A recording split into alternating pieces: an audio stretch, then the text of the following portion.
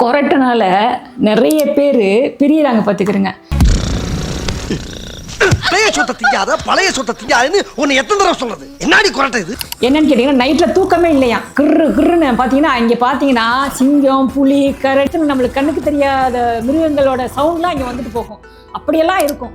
நீங்கள் இதுக்கெல்லாம் பிரிவு வேணாம். எங்கள் ராசி வருமாலயத்துக்கு வந்தீங்கன்னா அந்த கொரட்டையை நாங்கள் நிப்பாட்டுவோம். சில வர்ம புள்ளிகள் இருக்குது, அந்த பாயிண்ட்ஸ் நம்ம அழுத்தி விட்டோம்னாவே போதும், உங்களுக்கு கொரட்டை வராது. கொரட்டை ஏன் வருது?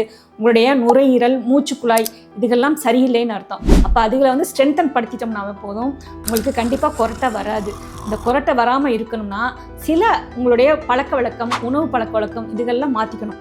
இதெல்லாம் மாற்றிட்டிங்கன்னா போதும், இந்த கொரட்டையே வராது. நம்மளுக்கு ஆழ்ந்து தூங்கலாம். ஆழ்ந்து தூங்குறோம், பக்கத்தில் உள்ளவங்களுக்கு தூக்கமே வராது. அப்போ இதெல்லாம் இல்லாமல் இருக்கணும் அப்படின்னு சொன்னோம்னா இந்த கொரட்டைக்கான சில வர்ம புள்ளிகளை ராசி வருமாலயத்தில் கற்றுக்கலாம். அதிகமாக கொரட்டை விடுற உங்களுடைய ஃப்ரெண்ட்ஸ் அண்ட் ஃபேமிலிக்கு இந்த வீடியோவை ஷேர் பண்ணுங்கள். ராசி வருமாலயத்தை ஃபாலோ பண்ணுங்கள்.